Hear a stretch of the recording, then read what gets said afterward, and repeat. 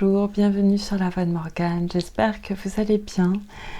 Je continue la lecture de Manon Lescaut de l'abbé Prévost. Alors c'est une fausse coupure que j'ai faite finalement entre la vidéo précédente et celle-ci, puisque je ne fais que continuer, mais je souhaitais que vous puissiez vous reposer entre les deux lectures, voilà. Donc, c'est le deuxième épisode de Manon Lescaut de l'abbé Prévost.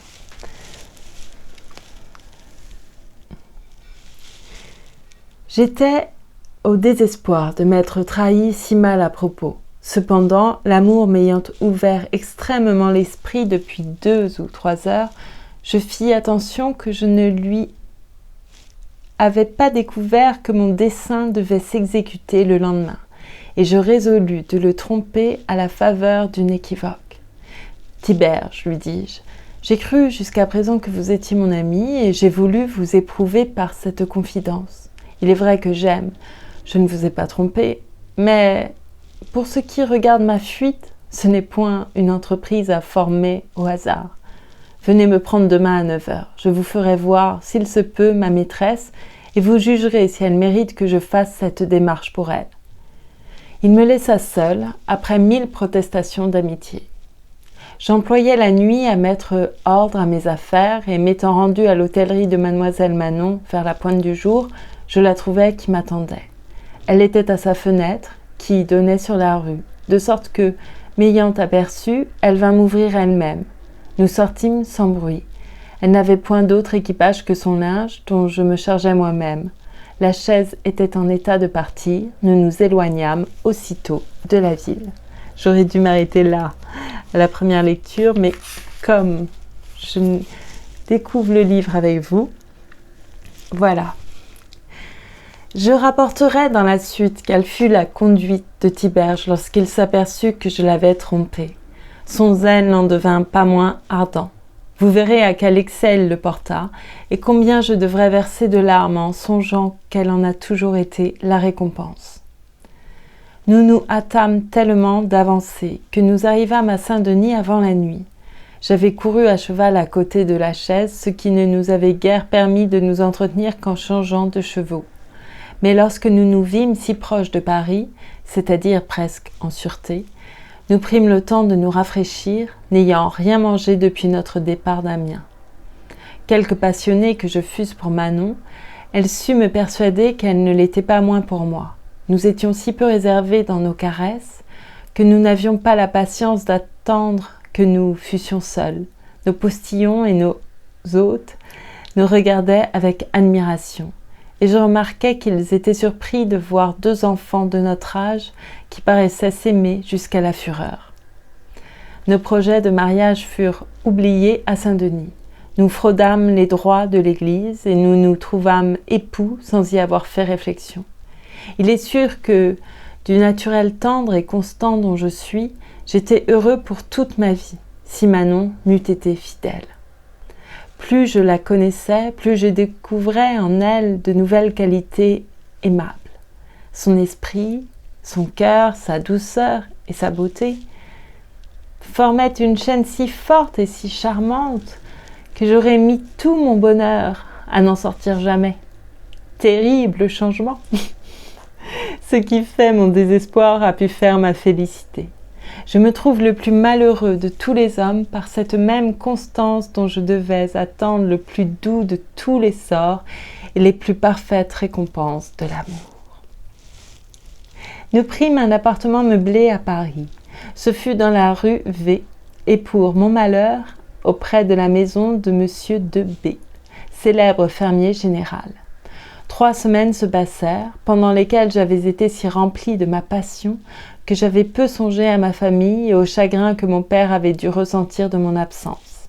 Cependant, comme la débauche n'avait nulle part à ma conduite et que Manon se comportait aussi avec beaucoup de retenue, la tranquillité où nous vivions servit à me faire rappeler peu à peu l'idée de mon devoir.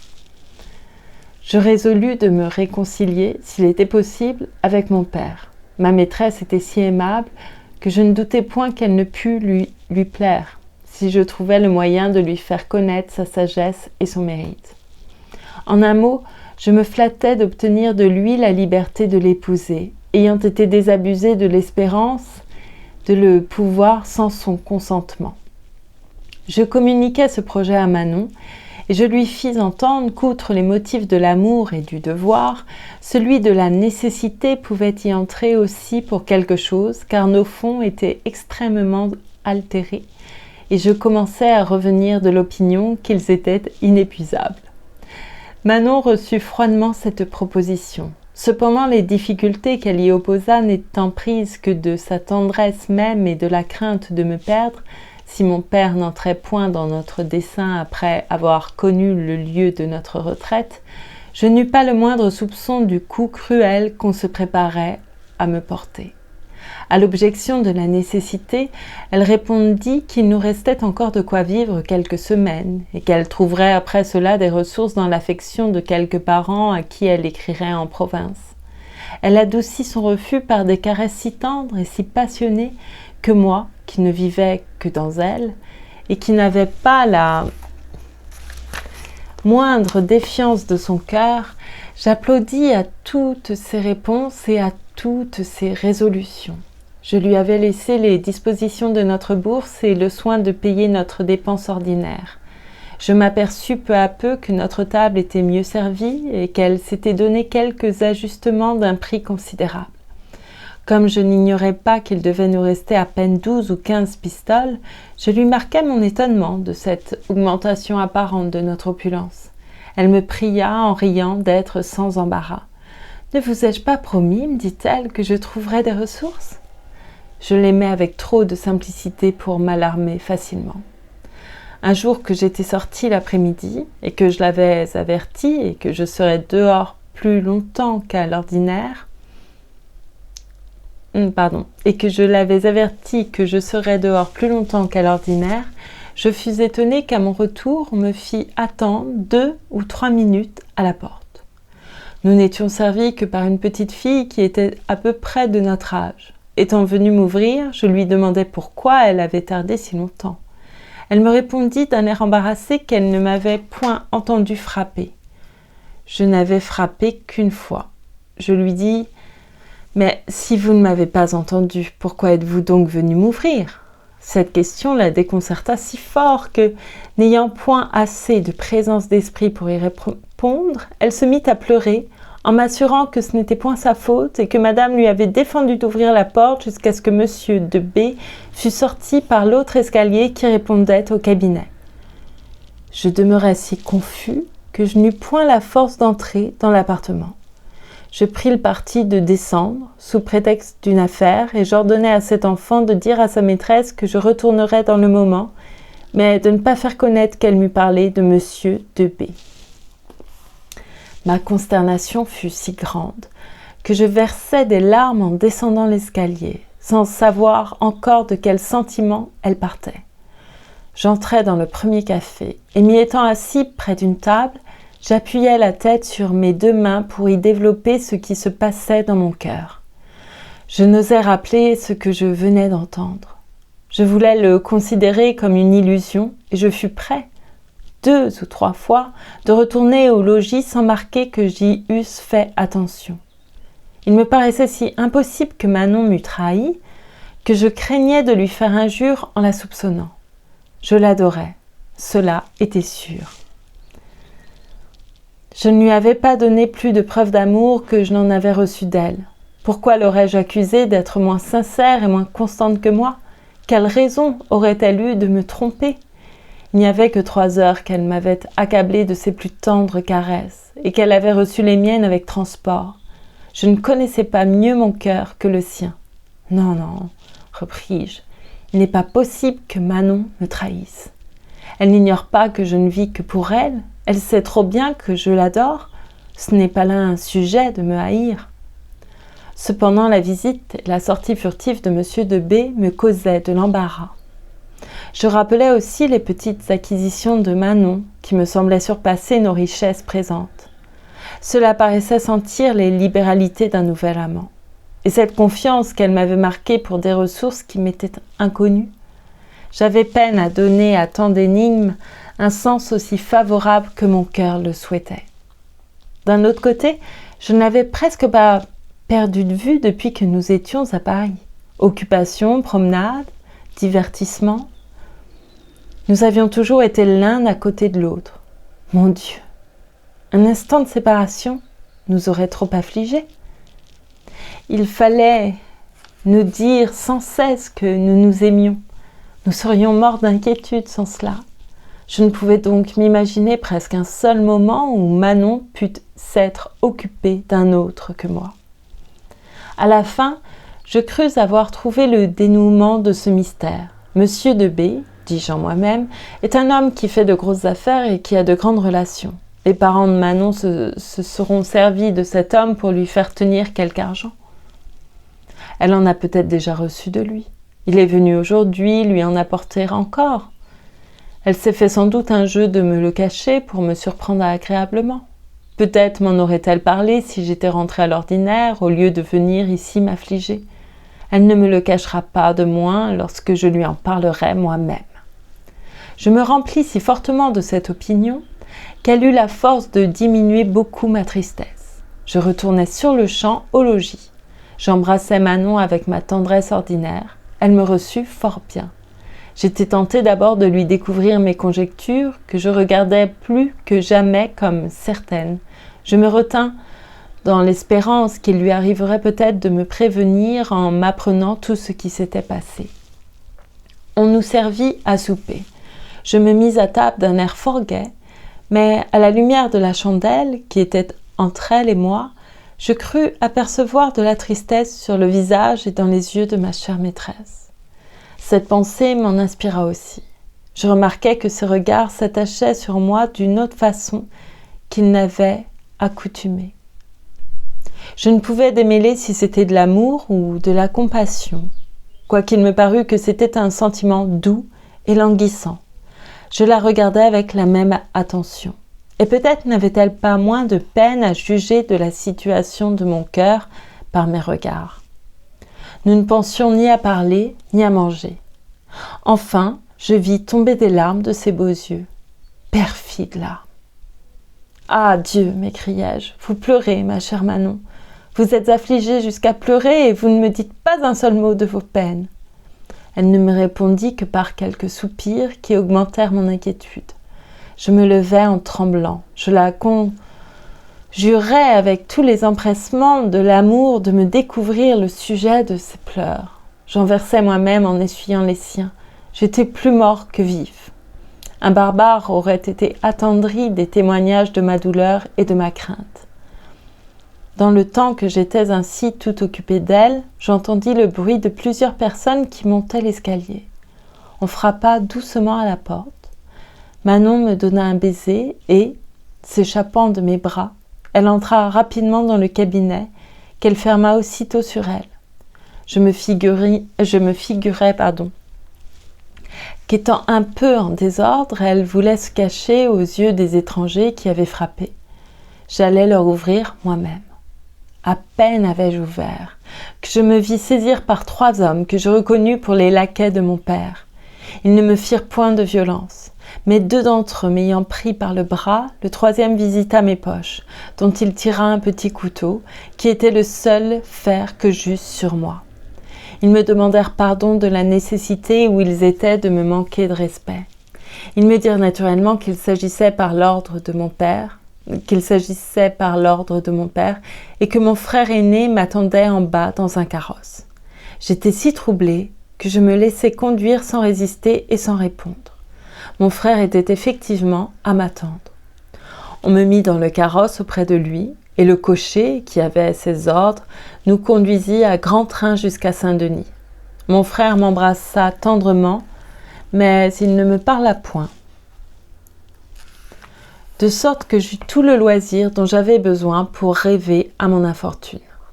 J'y trouvais d'abord tant d'obscurité que je ne voyais pas de jour à la moindre conjecture.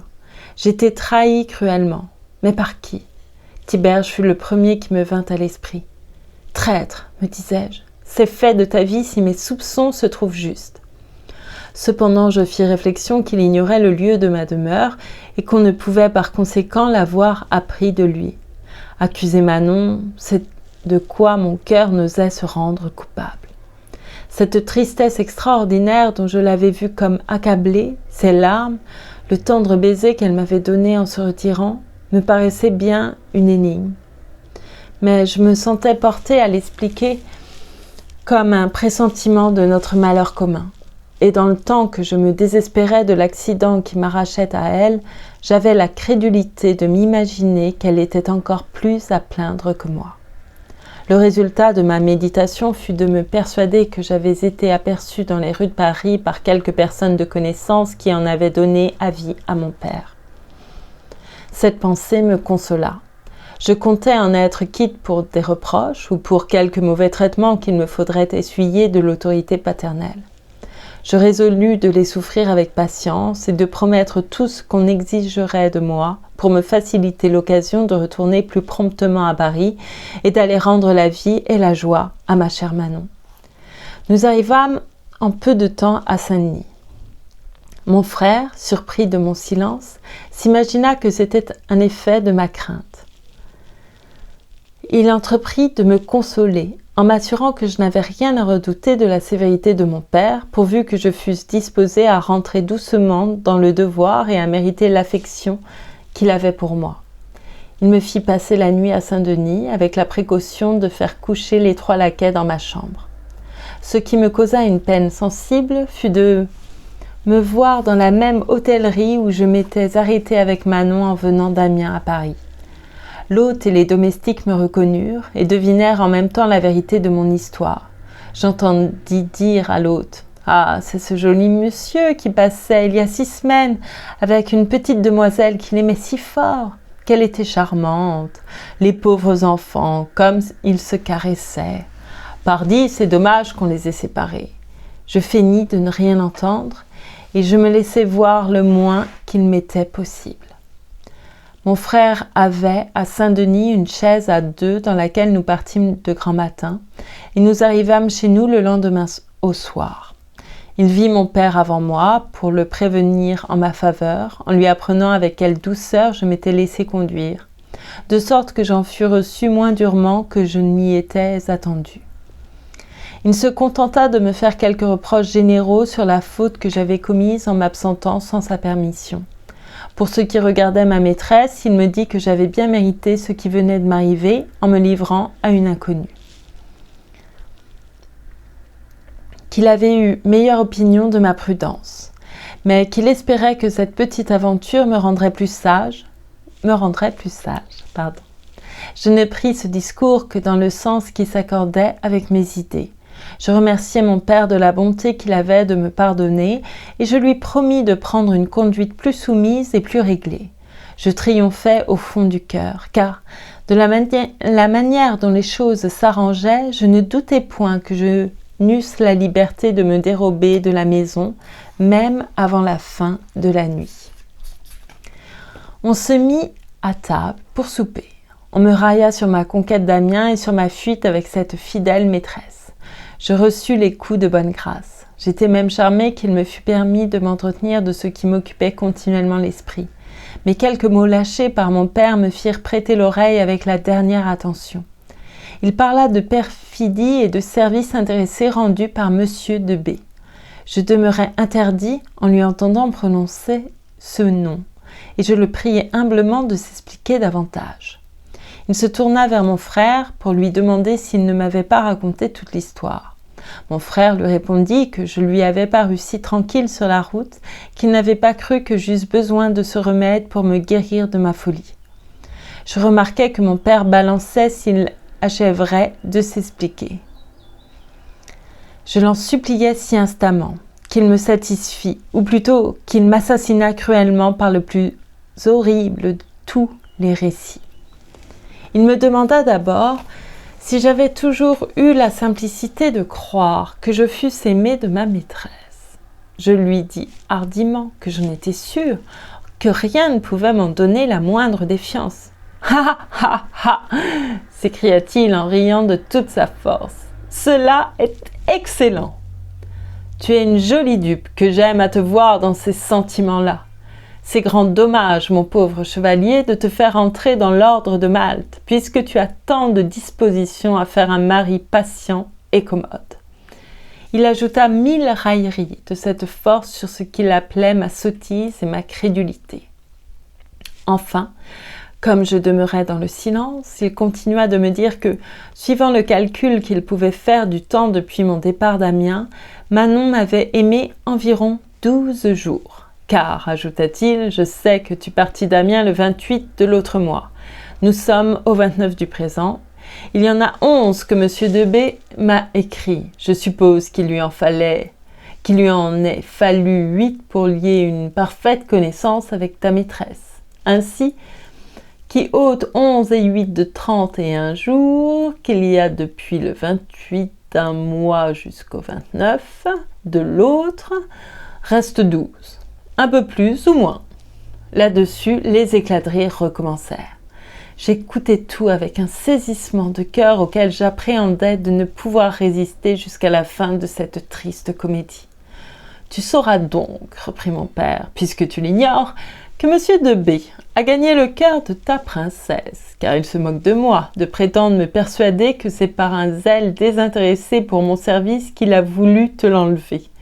C'est bien d'un homme tel que lui, de qui d'ailleurs je ne suis pas connue, qu'il faut attendre des sentiments si nobles. Il a su d'elle que tu es mon fils, et, pour se délivrer de tes importunités, il m'a écrit le lieu de ta demeure et le désordre où tu vivais, en me faisant entendre qu'il fallait main forte pour s'assurer de toi. Il s'est offert de me faciliter les moyens de te saisir au collet, et c'est par sa direction et celle de ta maîtresse même que ton frère a trouvé le moyen de te prendre sans verre. Félicite-toi maintenant de la durée de ton triomphe. Tu sais vaincre assez rapidement, chevalier, mais tu ne sais pas conserver tes conquêtes. » Je n'eus pas la force de soutenir plus longtemps un discours dont chaque mot m'avait percé le cœur. Je me levai de table et je n'avais pas fait 4 pas pour sortir de la salle que je tombai sur le plancher, privé de sentiments et de connaissances. On me le rappela par de prompts secours. J'ouvris les yeux pour verser un torrent de pleurs et la bouche pour proférer les plaintes les plus tristes et les plus touchantes. Mon père, qui m'a toujours aimé tendrement, s'employa avec toute son affection pour me consoler.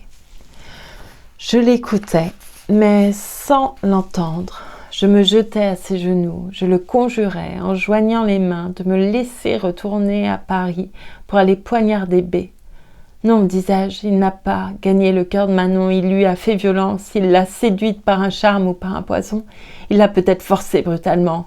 Manon même, ne le sais-je pas bien, il l'aura menacée, le poignard à la main pour la contraindre de m'abandonner. Que n'aura-t-il pas fait pour me ravir une si charmante maîtresse? Ô Dieu, Dieu, serait-il possible que Manon m'eût trahi et qu'elle eût cessé de m'aimer? Comme je parlais toujours de retourner promptement à Paris et que je me levais même à tout moment pour cela, mon père vit bien que, dans le transport où j'étais, rien ne serait capable de m'arrêter.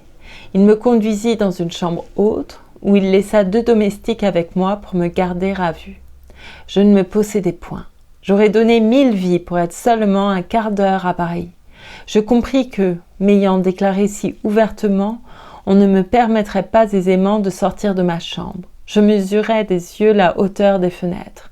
Ne voyant nulle possibilité de m'échapper par cette voie, je m'adressais doucement à mes 2 domestiques. Je m'engageais, par 1000 serments, à faire un jour leur fortune, s'ils voulaient consentir à mon évasion. Je les pressais, je les caressais, je les menaçais, mais cette tentative fut encore inutile. Je perdis alors toute espérance. Je résolus de mourir et je me jetai sur un lit avec le dessein de ne le quitter qu'avec la vie. Je passai la nuit et le jour suivant dans cette situation. Je refusai la nourriture qu'on m'apporta le lendemain. Mon père vint me voir l'après-midi. Il eut la bonté de flatter mes peines par les plus douces consolations. Il m'ordonna si absolument de manger quelque chose que je le fis par respect pour ses ordres. Quelques jours se passèrent, pendant lesquels je ne pris rien qu'en sa présence et pour lui obéir. Il continuait toujours de m'apporter les raisons qui pouvaient me ramener au bon sens et m'inspirer du mépris pour l'infidèle Manon.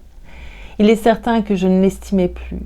Comment aurais-je estimé la plus volage et la plus perfide de toutes les créatures? Mais son image, les traits charmants que je portais au fond du cœur y subsistaient toujours. Je me sentais bien. Je puis mourir, me disais-je. Je le devrais même, après tant de honte et de douleur, mais je souffrirais 1000 morts sans pouvoir oublier l'ingrate Manon. Mon père était surpris de me voir toujours si fortement touchée. Il me connaissait des principes d'honneur et, ne pouvant douter que sa trahison ne me la fît mépriser, il s'imagina que ma constance venait moins de cette passion en particulier que d'un penchant général pour les femmes.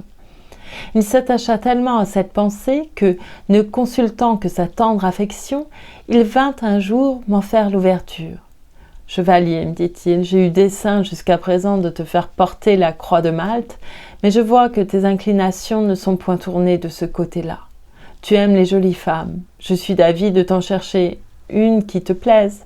Explique-moi naturellement ce que tu penses là-dessus. » Je lui répondis que je ne mettais plus de distinction entre les femmes et qu'après le malheur qui venait de m'arriver, je les détestais toutes également. « Je t'en chercherai une, reprit mon père en souriant, qui ressemblera à Manon et qui sera plus fidèle. »« Ah, si vous avez quelque bonté pour moi, lui dis-je, c'est elle qu'il me faut rendre. Soyez sûr, mon cher père, qu'elle ne m'a point trahi. Elle n'est pas capable d'une si noire et si cruelle lâcheté. C'est le perfide B qui nous trompe, vous, elle et moi. Si vous saviez combien elle est tendre et sincère, si vous la connaissiez, vous l'aimeriez vous-même. »« Vous êtes un enfant, repartit mon père. Comment pouvez-vous vous aveugler jusqu'à ce point, après ce que je vous ai raconté d'elle?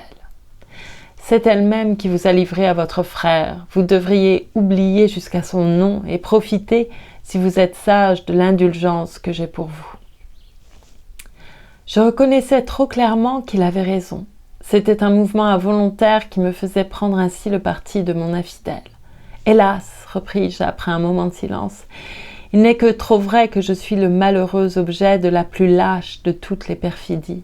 Oui, continuai-je en versant des larmes de dépit, je vois bien que je ne suis qu'un enfant. Ma crédulité ne leur coûtait guère à tromper, mais je sais bien ce que j'ai à faire pour me venger. » Mon père voulut savoir quel était mon dessein. « J'irai à Paris, lui dis-je, je mettrai le feu à la maison de B et je le brûlerai tout vif avec la perfide Manon. » Cet emportement fit rire mon père et ne servit qu'à me faire garder plus étroitement dans ma prison. J'y passai 6 mois entiers, pendant le premier desquels il y eut peu de changements dans mes dispositions.